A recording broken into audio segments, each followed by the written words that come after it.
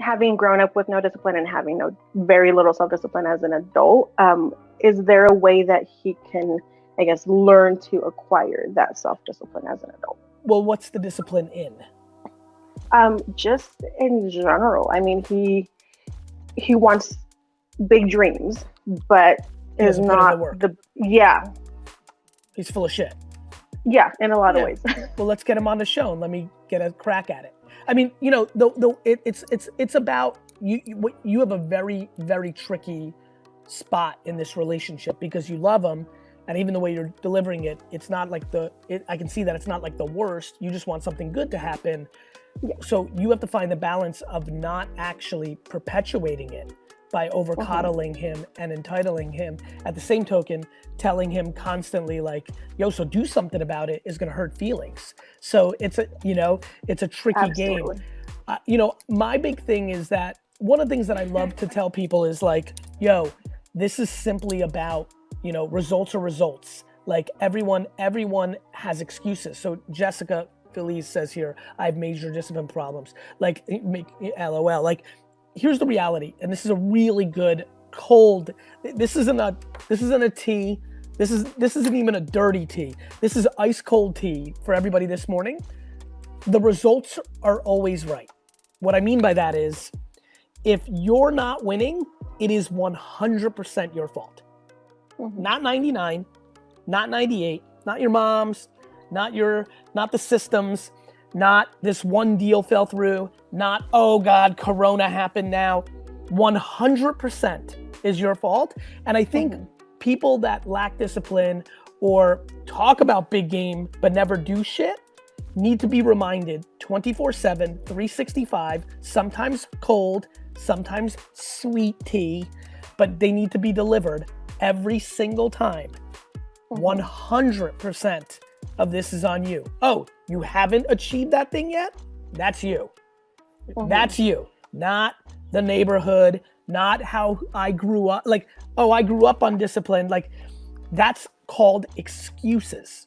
Right. Many people grew up with shit family situations in the shit hood with drug moms and all that shit and went on to fucking do shit because they had, thank God for them, the DNA, the serendipity. They met somebody along the way. That, honestly, in a lot of ways, that is what drives the shit out of me, Adriana. I want to be that person because I had people around me. There's a level of gratitude and guilt that makes me want to be the person for people that they stumbled across on YouTube or Twitch or what have you that helped them get happier. And happiness starts with accountability. Period, end of story. Period, end of story. Like, the end. You don't like America? Move. Sweden's fucking fresh. Like, you don't like your mom drags you down? Move. No, but then I'll hurt her. No. That's you making you. Every person watching this right now every person watching this right now has the internet, because that's where I am right now. If you have the internet, you are 100% accountable. And so, the way you can help him is suffocate him, sometimes with sweetness, sometimes with a little bitter herb of, yo, honey, that's you. That's not Ron's fault from work.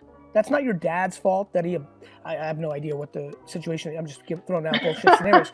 Like this is 100% accountability. Yeah. Nobody gives a fuck that you had an unstructured life. Definitely not your dreams. Your dreams don't give a fuck that you had an unstructured life. If you got fucking dreams, if you're talking big game, go fucking execute. Don't tell me why you can't execute. Excuses are complaining and excuses are fucking poison. Garbage. Oh yeah. Losing DNA. Suffocate Absolutely. Them. I'm trying. Suffocating is as consistent. Much as I can. Yeah, exactly. But why I'm saying sweet and candor, you got to mix it because suffocating means every time it gets brought up, you don't let it go by. Gotcha. No yes, ma'am. You can't be the yes woman. You got to be no. But sometimes sometimes it's like, honey, you're fucking full of shit, and you walk out of the room. That's zzz, that's a zzz. Other times it's like, baby, I know that you fucking didn't have it like that as a kid, But the punchline is there is no time machines. You can't go back. So if you're going to fucking go do all these things, you got to do it now. That's sweet. That's a little, you know, sometimes, like you got, but never, yeah, you're right. Anytime you say, yeah, you're right to a complainer and a dweller, you're fucking feeding the beast. Okay. You're enabling that bullshit. Yeah. What am I missing here? How can I monetize this more so that I can quit that teaching job, you know, and just be fully my own boss and just using all of that content I give, but I'm not monetizing. Are you asking? Not enough. I knew you were going to say that, but sure, I just... It's because I'm listening to you. You know, everyone's always like, Gary, you talk over everybody. I'm fucking listening. If you started from a place of insecurity, the number one place where people are insecure is the ask. Yeah. You might have addressed a lot of areas. The next place we need to boost up is your ability to feel confident for the ask. Because I mean, I post, I share, I give value, and I know, I mean, I have coaching clients. I know I'm good at this because they always say I over deliver. You have to ask more and you have to charge more. It's just practice. What's amazing is I know you're going to do it because you've already done the first part. This is literally just asking for more. How much if I asked you right now if I was Johnny Magoo and I said I want you to be my coach, what would be the price? Way too low. About $1,500 for 4 months. Right. So almost a little less than $400 a month. Right. So now make it $5. Now the next person that asks, make it $2,000 for 4 months. Now that's $500. The next person $600. The next person $700. And then what you'll learn is people said yes all day long at $500. They said yes all day long at $600. But at $700, you're getting pushback. Only half say yes. That's still good. At $800, everyone says no. Good news. You found your market. You're about $750. But not when one person says no, when 20 people say no. And so you need to push the envelope of your cost. And then on your content, you need to ask more often and say, hey, everybody, I'm taking on 5 more clients today. This is the video. It's not going to get as many likes or as many views because it's a sell, but you're going to be like, today I'm taking on 5 more clients. Let me tell you why I think I'm great. Maybe you take a video and do a Zoom with 3 people that use you as a coach and put the testimonial in there. And then you sell 5 people. Jab, jab, jab, right hook. You have to be okay with asking. Especially when you believe in it. You've heard this from me. Like the reason I keep pushing wine techs right now, today we're selling a $95 Cabernet that got 95 points from the Best Wine magazine for $39 when wine.com is selling it for $95, when Vivino's selling it for $104. Of course I'm gonna tell everybody's got Father's Day coming up. They can buy something for $39 that is $100 value. Like, of course I feel good about throwing that right hook. And you feel good about you being good. Yeah, I know I'm good. It's just that I do. I mean, I feel like I want to put more energy into this, and I feel like, I mean, people are not really asking me for coaching, you know, I guess, because I'm not asking. Because you're not asking. That's right. You're like, so yes, like you have to make them aware that you're open for business. Like it's okay. And it's okay when you go for it and nobody orders it too. You're like, okay, Gary got me hyped. You rewatch the video, you put on some Rocky music, and you go in and nobody buys. That's okay too. You go right back to providing value. So many. So you just ask in posts like that, or in Yep. Yeah.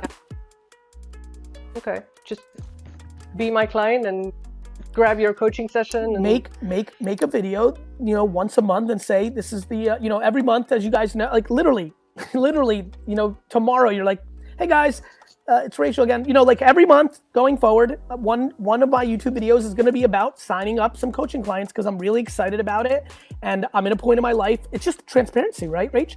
I'm just going to act as you right now. And you got, some of you may or may not know, I'm in a point in my life where I've got another job as well. And I'm on the verge of being full coach, and I want to give more energy to my coaching clients. And if I tip over and get another 10 clients, I can do that. So I'm doing a special today. Like I'm spoke to Garyvee the other day, and I'm going to be raising my prices. But for anybody who signs up now, I'm going to honor my retroactive price. Next month, I'm going to be in my new pricing. I really feel proud of it. If you want to speak to some of my clients, when you email me, I've asked all 7 of them. 2 of them said yes, they'd be references. You're happy to talk to them. But I'm telling you right now, I really believe that the investment you make with me will be ROI positive for you.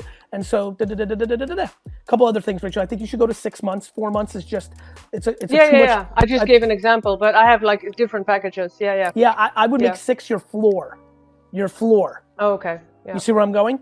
I would make 6 your floor just because it gives you more time to make an impact. Totally. It helps, 4 months, takes a month to get kind of cozy. By the time you're going, you're in that renewal cycle, which for you comes foreign on the sale. So I want to give you a little more time to breathe.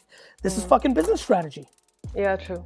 I do YouTube. My YouTube videos are all about, tips and advice on gaining clarity and the confidence and the mindset and overcoming fears. But what you just said, is it more like a live or something? Do more live? No.